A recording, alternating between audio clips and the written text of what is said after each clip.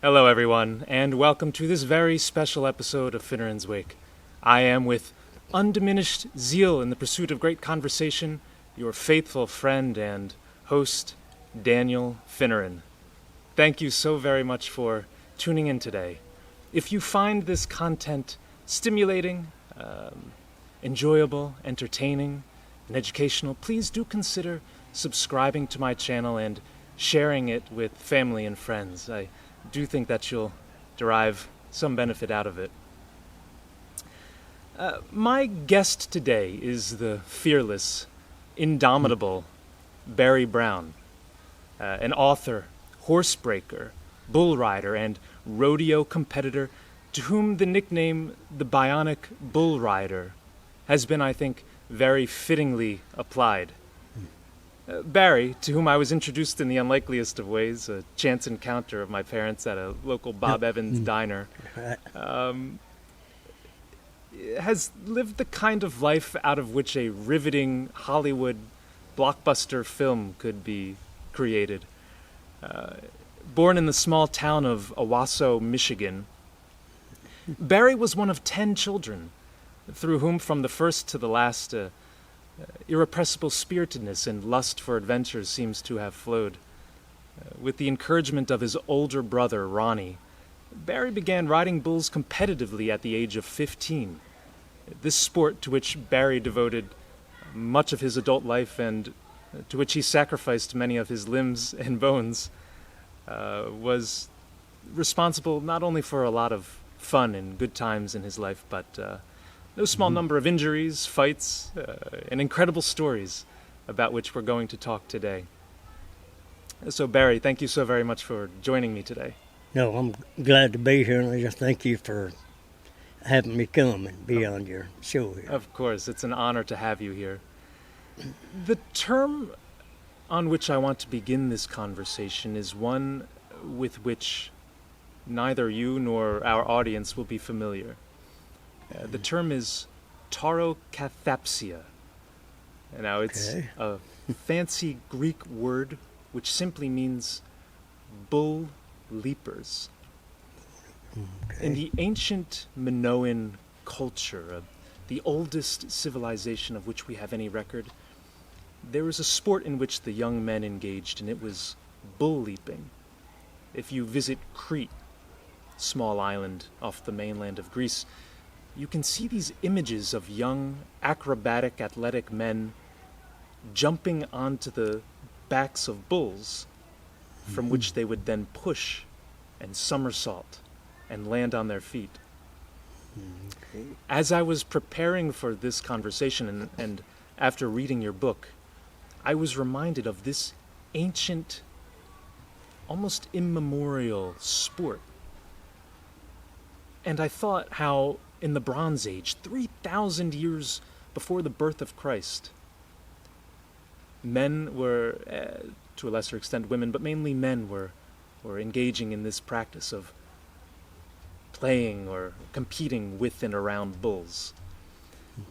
And I think today, it's still ongoing. It's still a widely popular sport in which you participated for so much of your life. So, I want you, if you can, to maybe talk to us about this connection between man and bull. Why do we have this connection, and how do you explain this long enduring desire to compete with them?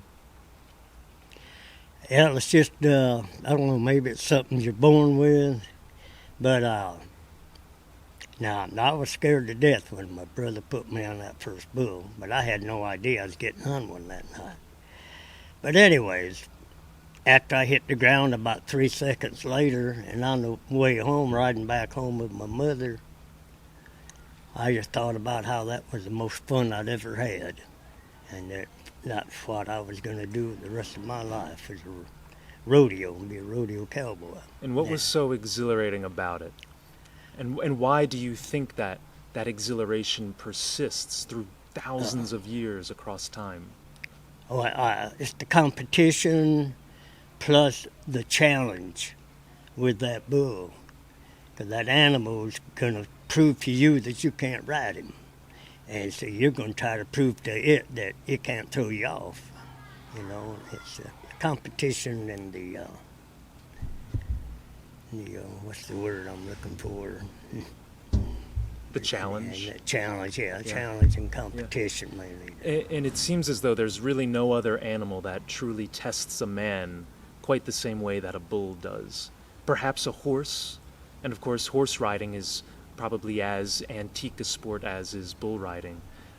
But the relationship between the bull and the man seems to be a very special one. Perhaps it's attributable to the way in which we use bulls in agriculture and in pulling plows and getting food from them and other things like that. Eating a good steak off them, Yeah, you surely can. Yeah, it's something that does just, it grows on you, and I mean, it almost instantly. Yeah. You either loved it or you didn't, and those that didn't need to go find something else to do. Sure. Because they ain't never going to make it. Sure. You know, but yeah, it's, I had a ranch in Alabama, and I had my own herd of bulls. And by then I wasn't competing anymore, but I was bucking my own bulls, and guys would come try to ride, so I wanted, like every other stock contractor, to have my animals be able to throw everybody off. You didn't want them rode.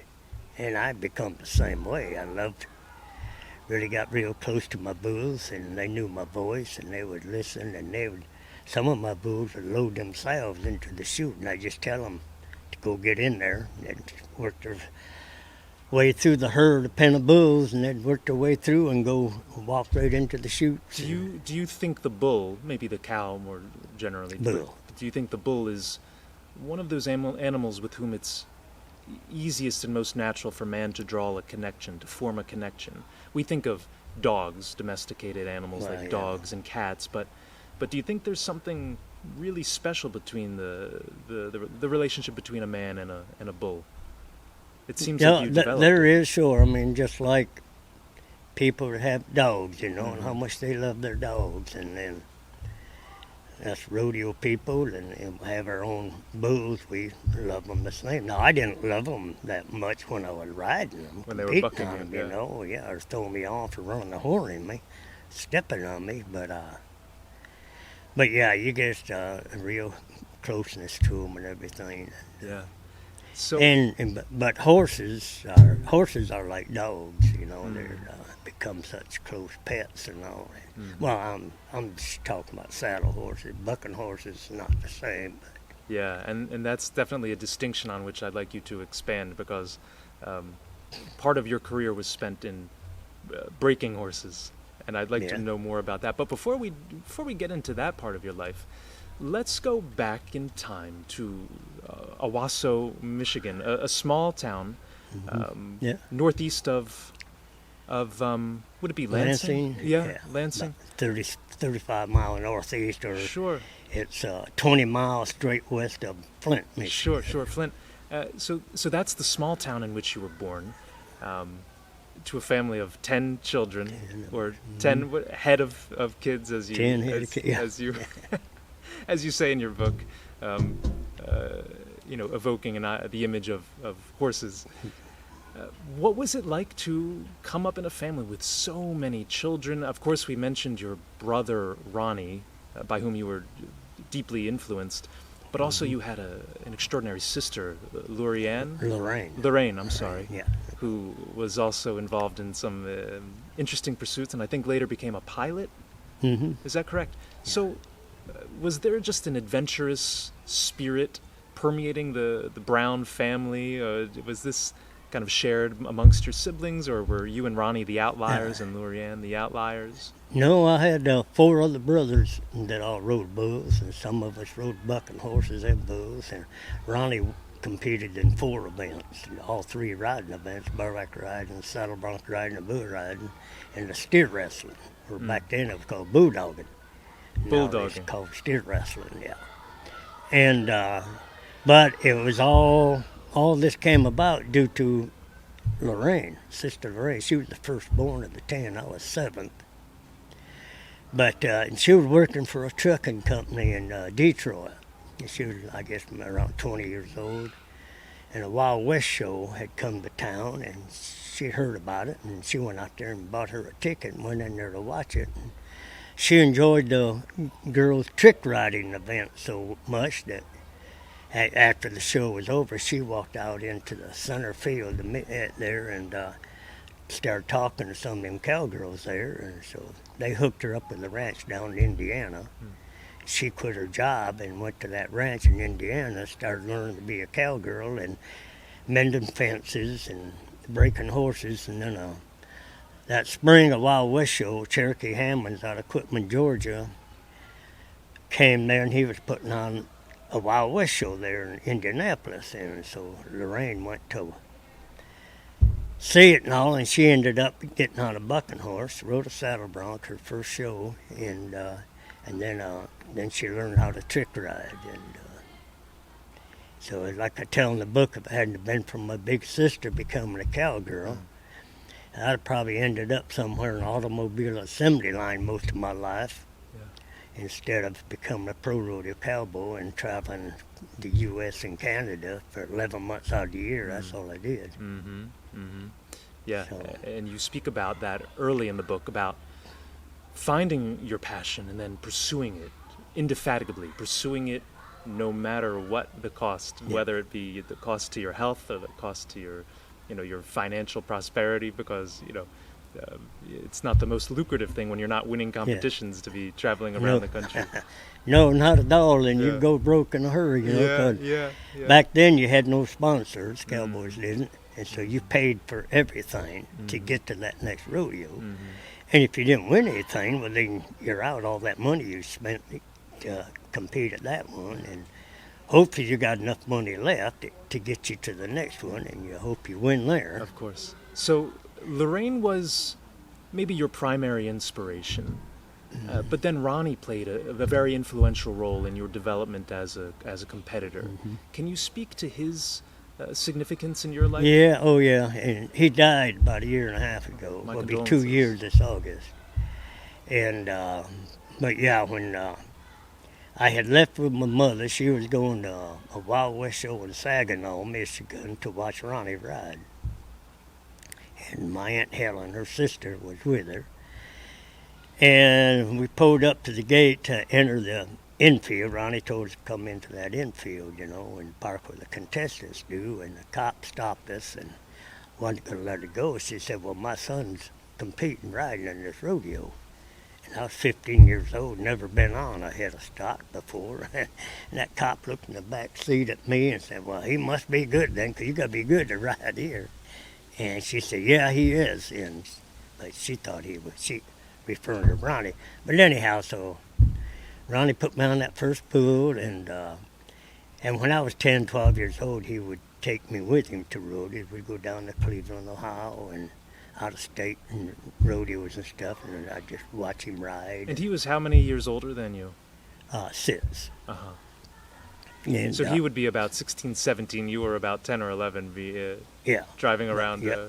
the Midwest. Oh yeah, we went to Cleveland, Ohio, in the Civic Center rodeo there, and Yeah. he won the bull riding. Sure. Real good spinning Brahmer bull. Mm-hmm. Made a good ride on him, and so I was figured one day I would ride too, because he did, And he got Brother Lyle started the year before. But that night when he come up to me there at Saginaw, as they loading the bulls, said, Barry, you want to get on a bull? Well, like I say, I didn't have my mind set. I was getting on one that night, so I kind of stuttered around. Yeah. I didn't want him to think I was scared, which I was petrified when he asked me that. But I got on that bull, and he was just a little old bull, but at the time he looked bigger than an elephant, and threw me off about 3 seconds out there and knocked all the air out of me. And he's helping me up off the ground. You okay? You okay? Yeah. I had no air, but anyhow, on the way home, my mother going off. She was so mad when she heard that announcer say, now, folks, we got a young cowboy here, 15-year-old Barry Brown, going to get on his first bull. And she was scared and mad at Ronnie, and she went on and on about how I wasn't going to rodeo. And like I tell in the book, I said, really, I wasn't hearing a word she was saying. I was in hog heaven thinking about how much fun I had. Yeah. And I was hooked. Yeah, and I imagine that was a pivotal moment at which you could have either been completely put off by the sport because of that initial small injury of having the wind knocked out of you, or you could have been so exhilarated by that experience that you would commit your entire life to it, and you chose the latter. You committed your entire life to it. Yeah, it was fun to me regardless of how much it hurt. It didn't matter, and that's, like I say, that's all I wanted to do was be a rodeo cowboy from then on. And I had a hard time with Ronnie because the following weekend, that outfit put in on Saginaw. They put one on at the Ionia Free Fair in Ionia, Michigan. And Ronnie was going to get me and my brother Lyle hooked up with him, and we was going to, and they was leaving there going to Pennsylvania and then all over the northeastern states. And but he told me that I'd have to promise to come back and go to school come September, And I said, the heck with school, I'm going to rodeo. And I never did make it back to school. So at the age of 15, you dropped out of school. Right. Yeah. I can't but contrast your childhood and your young adulthood to the young adulthoods that our current generation are experiencing. Today, it's typical to be overly protective of our children, almost to prolong their adolescence until they're probably my age.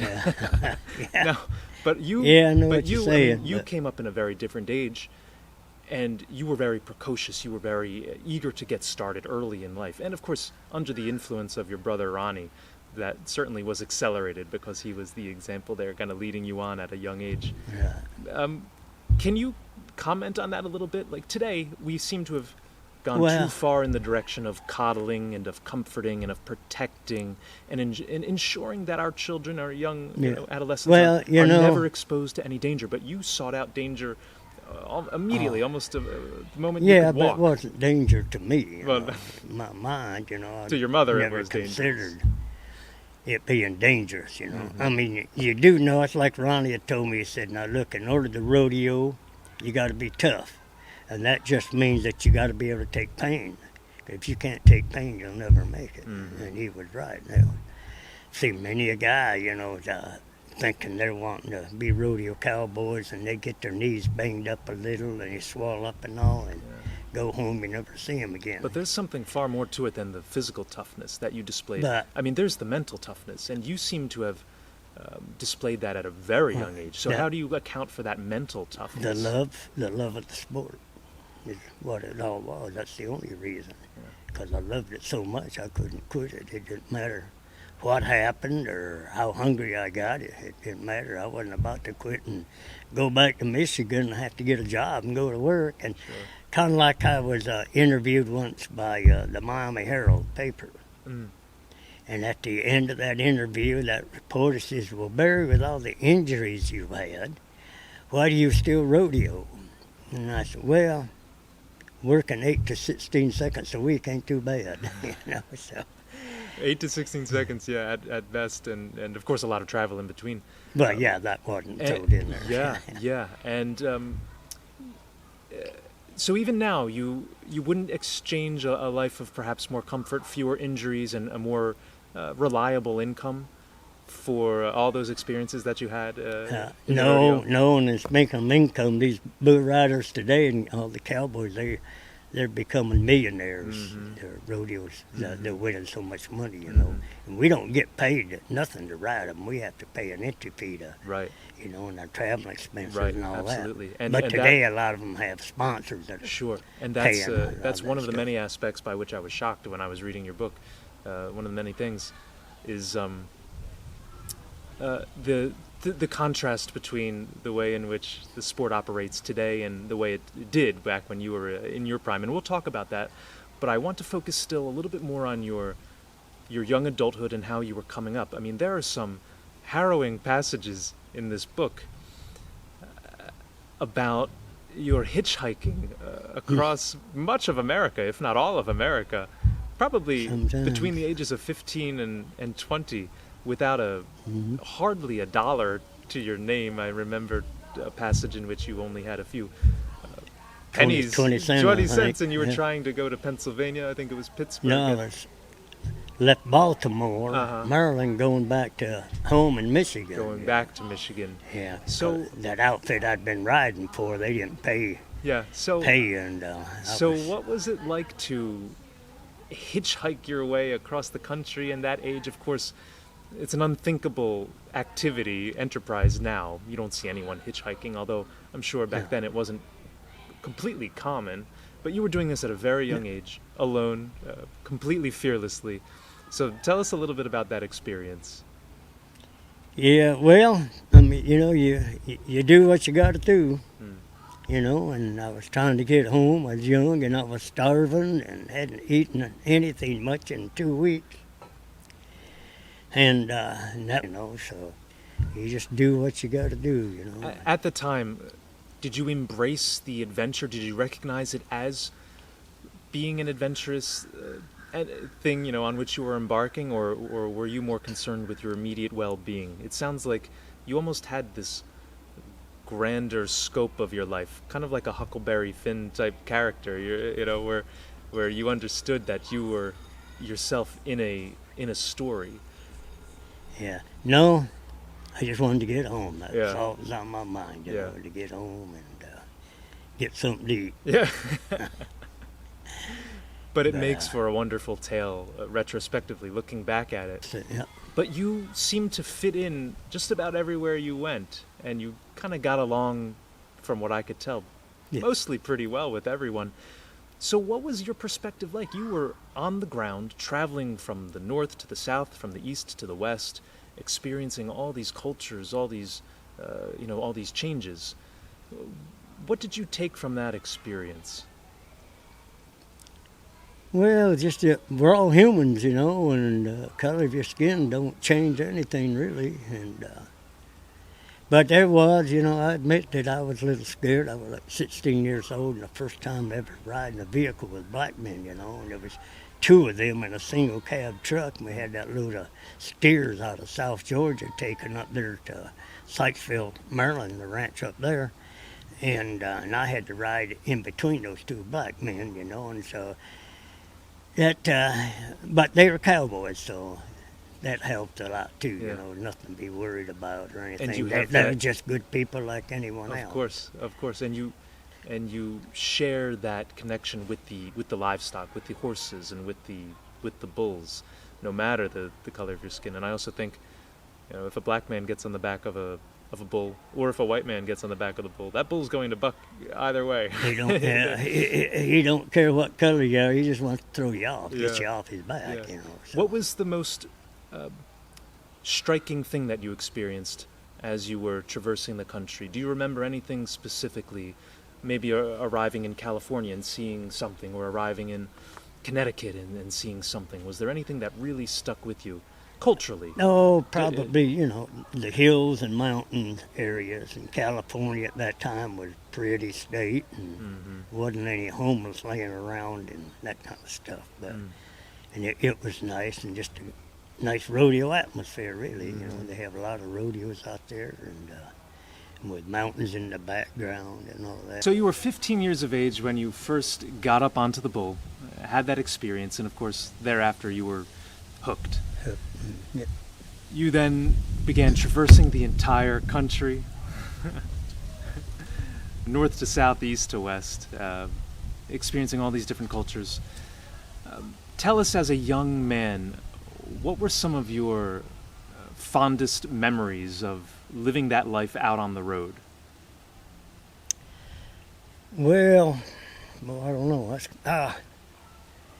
The fondest memories I have when I was 15, and like my first year when I first started, and I was just working in Wild West shows, and they were all held at county fairs. So we're at them fairgrounds, and when you throw your bedroll out there, you usually got a campfire going when the nights were real cool, And you'd sleep there on that ground all night, and you could still hear the fair, the sounds from the Ferris wheel and everything, and people, girls are screaming and going on, you know. But you got to get to bed because you got to get up like 5 in the morning, start feeding livestock or setting up the arena and that. But that was really a fun time, and just think back about it a lot, you know. Sleeping on the ground there at the state fair rodeos. Sleeping out in the open, beneath the county stars, fairs in nature. Extraordinary. After a vigorous day of riding and working and doing all these things at the fairgrounds. But alternatively, you also had many sleepless, rambunctious nights and restful days, let's say, maybe later in your career and in your travels. And you talk about this in the book. You certainly lived the you might call it the cinematic cowboy life, going from town to town and kind of raising a little hell and fleeing. Can you maybe talk about that a little bit? Well, I done too much of that. I'm raising Cain, but yeah, you know, rodeoing, and you got a lot of free time, especially, you know, like most rodeo performances will be at night. And so, and after the rodeo, then you're going to either go to the bar and shoot some pool or dance and drink half the night away, and then you sleep half the day, get ready for the next rodeo. Yeah. So there is an enticement to vice in the sport. Oh, yeah. And just like someone had posted the other day on Facebook about the buckle bunnies, and there always plenty of them around. It's kind of the same way with any sport.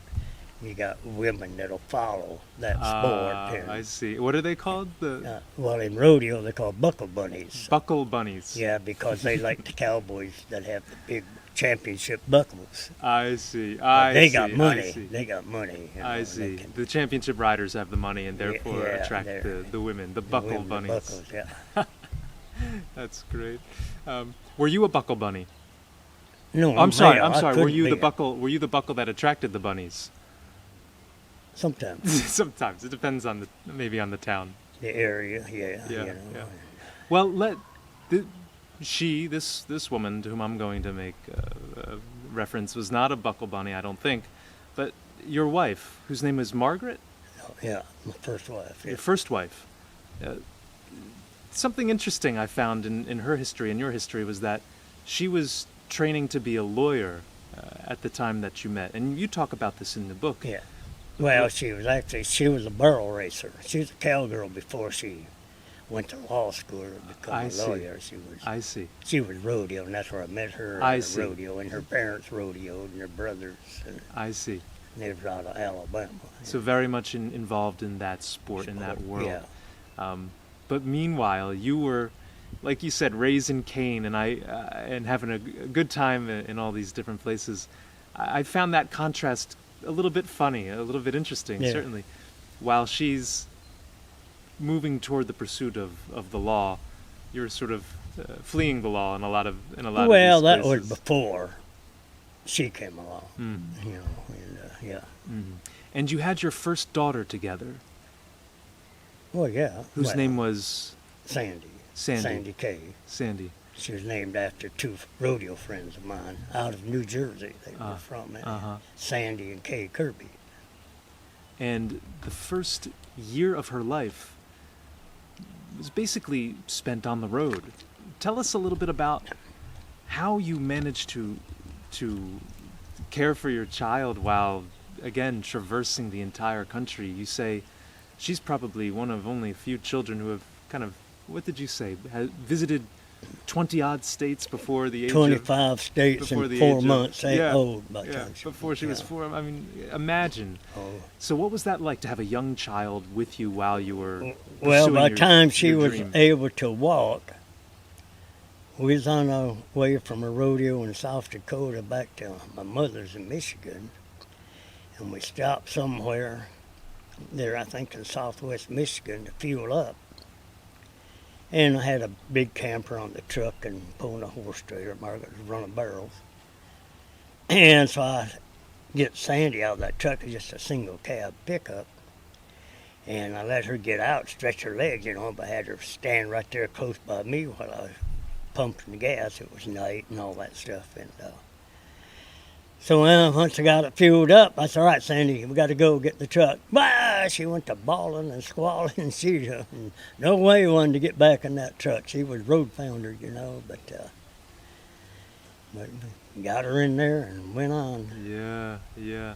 And at some point in her childhood, did you settle down, or did that kind of itinerant lifestyle persist a little while longer? Well, the traveling part, she got to stay in home more once her mother began law school and that. And that was in Alabama? Yeah.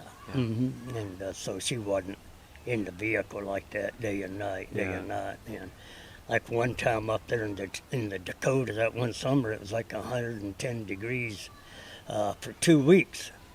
And I had no air conditioning in that truck. Goodness. But it was still warm, cooler to keep the windows rolled up when it was hot like that.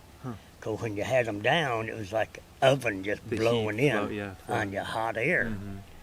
And that was really tough, and that kid having to sit there in the center between the two of us, all those hundreds and hundreds of miles burning up. Was there any point during that time when you thought maybe a more traditional life in a stable location might be better? Were there any moments then, or were you still absolutely fixated on that passion of yours and the sport in which you were engaged? No, I tell you, when Margaret began law school up in Birmingham, and we rented a place there with a few acres, we could have our horses with us, but I stayed. I got a job and I worked and rodeoed on the weekends, more in the southeast area, and it'd be once in a while I'd take and make when there's some good rodeos coming up, like in Missouri and Kansas and all, and I'd run work them and come right back home. Though, be gone about a week. So the amount of traveling slowed down a little bit, diminished a little bit, as you as your wife began law school and as your young daughter was growing up a bit. Was it around this time that you began breaking horses?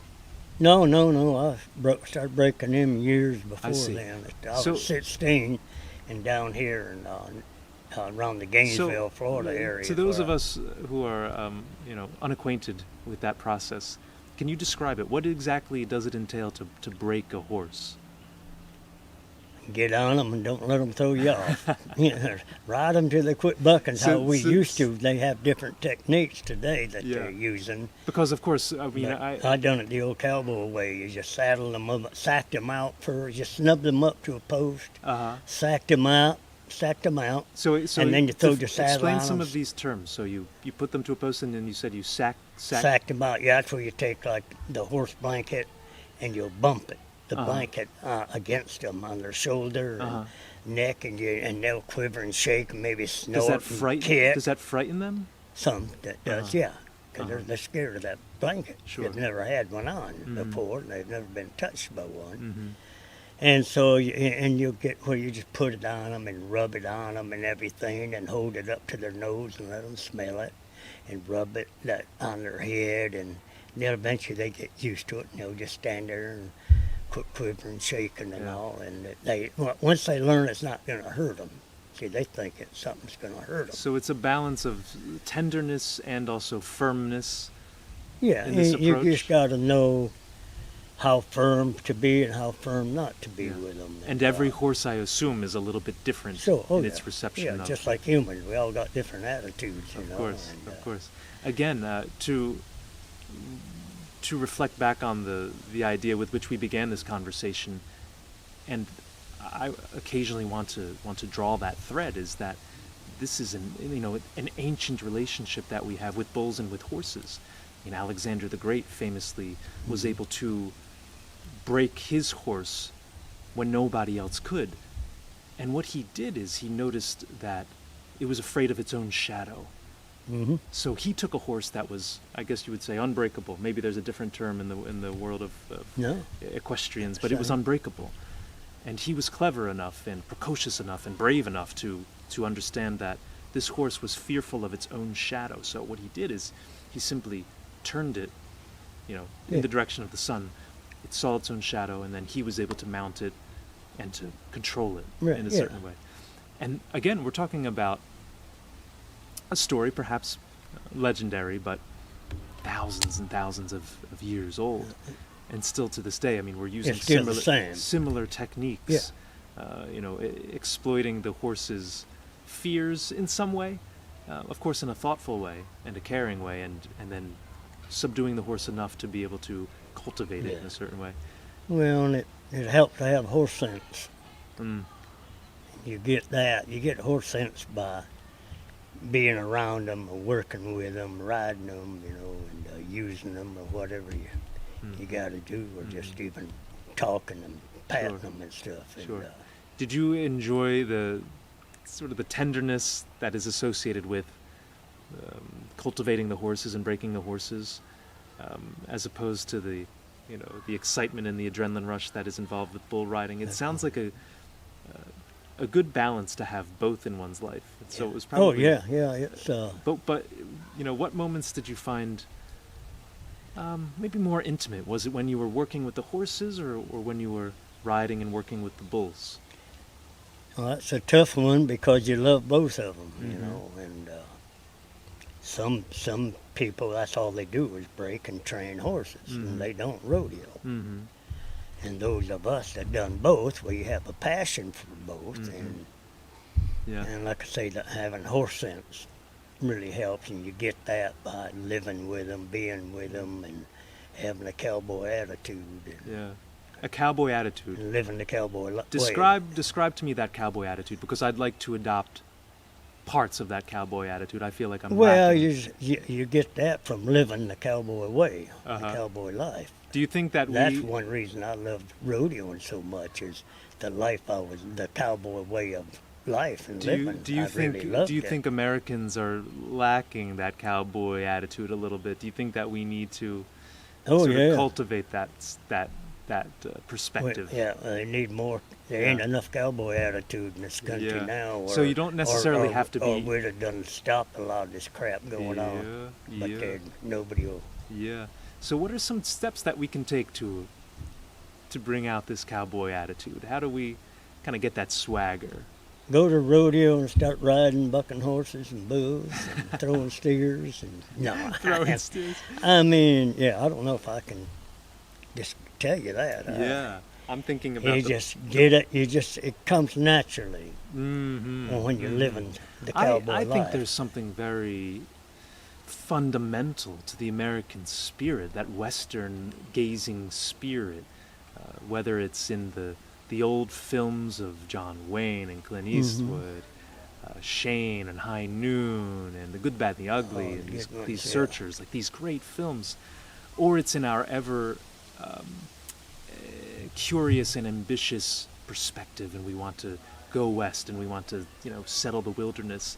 I think that fundamental to the American spirit is that cowboy Well, attitude. seeing people that do that, what you're just describing, they become Yeah. that, the cowboy way or Yeah, cowboy yeah, spirit. but I feel they, as- they gain that from I- doing that, what I- they're thinking and wanting to do and I where think they're they going. do. But it feels like it's repressed right now. It feels like that cowboy spirit kind of still wants to emerge and make itself known and will itself into existence. But there are a lot of countervailing forces with social media and our, a fear of going outside, and so many other forces that are kind of repressing that. So I don't know. Well, you can't be fearful of.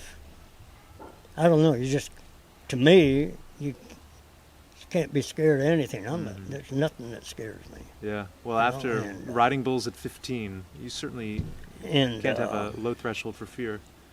But like you talk about fearful to go outside, man, if you're a slave to whoever is causing this fear to you, you're a slave to them, and you gotta just get out and do it and get tough. Mm-hmm. Get You tough. either get tough or die. You get tough or die. Yeah. Absolutely. Absolutely. So,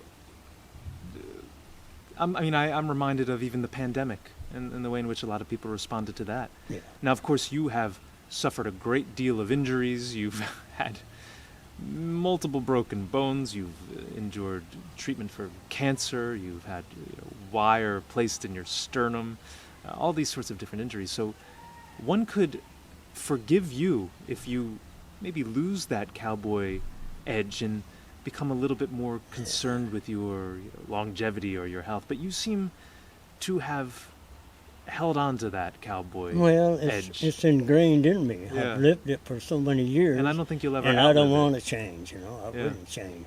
I mean, look where I'm in the city of Naples, Florida, and I'm the only person dressed like I am, and everywhere I go, this is how I dress. Right. When I get up in the morning, this is how I dress. And it shall be from and now I on the don't way I change dress. because a lot of guys, now there's a lot of guys that are cowboys and all that, they will dress the area they're in, They'd be wearing short pants out here, but I don't know. It's, So you're uncowed, you're unabashed, you'll continue just as you are, and I find that so inspiring and so uplifting. you know. And we talked a little bit off camera about where I could purchase an authentic cowboy hat. So I plan in the future, not as authentic a way as you, but I plan to adopt the cowboy dress. I don't know if I can adopt the full attitude, maybe a part of the attitude, but certainly the outfit. I think I could pull that off. Well, it's all according to what you put in your head. Yeah. And mind's a powerful thing. Absolutely is, and I think that's the one aspect of your story by which I'm most impressed. It's this mental toughness. You're such an interesting person, a very respectful person, and soft-spoken, but you've led this extraordinary life that has so much to say for itself. We mentioned just briefly some of the injuries you sustained. Maybe it would be remiss of us if we completely bypass them. Of course, the title of your book, let's hold it up once more, is The Bionic Bull Rider. Now, that bionic nickname was applied to you by the Orlando Sentinel, I think, a newspaper outlet here in Florida, and for good reason. I mean, you've suffered a multitude of injuries, from which you say some today life-threatening. Absolutely, from which you still suffer in some ways. So tell us, what was the most severe. Maybe the severest injury. Let's begin with that one. The severest injury that that would you be sustained. the chest injury, breaking that sternum. But in fact, this picture here, taken Deadwood, South Dakota, August 1971, and I'd been out of competition for 8 months due to surgery on my chest that made medical history when they attempted to repair my breastbone. And doctor told me there was nothing, it said there was nothing there to protect my heart. If I got hit hard in the chest, it'd stop my heart. And this is an injury with which you were living for a while. Well, I rode for 2.5 years, my chest split in half. With the chest I kept riding. split in half, and you continued, and you considered continuing on in that way because the surgery wasn't If it exactly didn't work, it wasn't exactly a guaranteed success. Right, they didn't. That's what made medical history, because it had never been done before. And the doctor did it was at a VA hospital in Ann Arbor, Michigan. Well, there was 3 doctors came over from the university hospital and worked with him on my chest. And like he told me, explained to me what he was going to do to try to fix the chest. And then he said, but you may never ride again because it may not work. They didn't know because it was the first time it's ever been done. And the people usually die from that injury I had, but I happened to survive it. Well, and when he said I may never ride again, that scared me worse than anything because I had no intentions to stop riding if it didn't work. I'd already been riding for over 2 years with it split in half, and so if the surgery didn't work, I wasn't about to quit. And so then I asked, said, well, Doc, if it don't work, will I still have use of my arms, because I'm thinking this, one arm down and one up and riding. And he said, oh, yeah, it ain't going to affect your arms at all. I said, well, okay, let's go for it then. And one thing, and I tell you, this book is an informative book. It covers almost everything in life. People thank me for writing it. I think at this point it would be worthwhile to recount an experience that you had when you had the flu. just to explain exactly how tough you are, there's a passage in your book you describe having the flu and not having access to proper human antibiotics. So what you and your friends did is was it terramycin? Oh, yeah. A That horse one, yeah. antibiotic. And of course you had no access to proper needles. Yeah, no, well, that antibiotics there, Well, the antibiotics, terramycin, that was for cattle. it was for cattle, but you Yeah. also didn't have a syringe. No needle, yeah. No needles. So what you and your gang did, you found a syringe that had been used multiple times on different horses. Yeah, the Friends Ranch Boiled it. down there in Louisiana. Boiled it in water to sterilize it. Yeah. That'll do it. And then you injected, or they injected Yeah. you in the buttocks or in the hip Hip, yeah. in order to heal you of the flu. Yeah. And you were better, you said, in the next few days. Whereas, Yeah, I couldn't you hardly sit down. I didn't think I was going to be able to get on my bull because my butt hurt so Yeah. bad, so sore, because when it was Perry Hatfield who gave me the shot, Uh-huh. and when he first drove that needle in there and he pulled his hand right back, I said, "You through?" He said, "No, it didn't go in." I think he hit the bone, that's why it's so sore. All right, so that was an extraordinary story. Your use of the horse syringe that was, I think, 5 times used on different horses. It was sterilized for human use, and of course, through that you received your dose of terramycin, and in a couple days later you were healed. I'm sure that's a medical intervention. Got rid of the On which, infection. it certainly did. It On worked. which you look back somewhat regrettably. You probably wouldn't, at this point in your life, repeat something like that again. I hope not. Tell me, though, are there any other things that you did when you were a little bit younger, kind of in the prime of your rodeo career, upon which you look back regretfully? Oh yeah, mainly the drinking. I drank way too much, and I have no doubt in my mind at all, had I not drank like I did, I would have been a world champion. But drinking, you're having fun at the time, and maybe you might jump up and ride a rank one the next day, and then I might buck off for the next 2 or 3 in a row, and be wondering what in the world happened. But the day that I did quit drinking, I was more consistent than I ever was, and I rode like 87% of the bulls that year, bucked off very seldom, and won more money than I ever did in my life. Mm-hmm. And but then I was getting kind of towards the end of my career and not going hard and heavy. A couple of years after that, but anyhow, that's the worst thing, is the drinking. Yeah. So it was deleterious. It certainly hampered your ability to ride and your success, as you say. But as you mentioned earlier, it was sort of part of the culture, right? Traveling around and being a cowboy, one of the vices in which a lot of people in that world engage, but perhaps from which you should have maybe abstained. Now, was there one event that caused you to quit drinking, or was it just the recognition that it was indeed affecting your performance? No, I was arrested in Fort Worth, Texas. I was out there a couple of days before the big Fort Worth, Texas livestock show and rodeo, and anyhow, I ended up in jail. And come the next morning, I just got to think, man, I'm tired of going to jail. Mm-hmm. And I knew what my problem was, the drinking, and so I decided I'm not drinking, I'm quitting, and I did. Yeah. And like I say, my riding just got so much better and more consistent, and winning and everything. Even bought my first brand new vehicle that year. That was in 1973. And all because of the money I was winning, because I wasn't drinking. So yeah, drinking doesn't help anything really. Yeah, Makes you think you're having fun at the time, but yeah, it certainly does, and that's a topic about which you're very honest in your book, The Bionic Bull Rider, and it's a lesson that I derived from it. Yes, you can find yourself in some tight situations and in and out of different prisons and jails, and perhaps on the wrong side of the law occasionally, but there's always redemption, and you certainly found that. Now, amen. yeah, and before we conclude, and you've been very generous with your time, and I know that the conditions are a little bit warm here, where we are in Florida.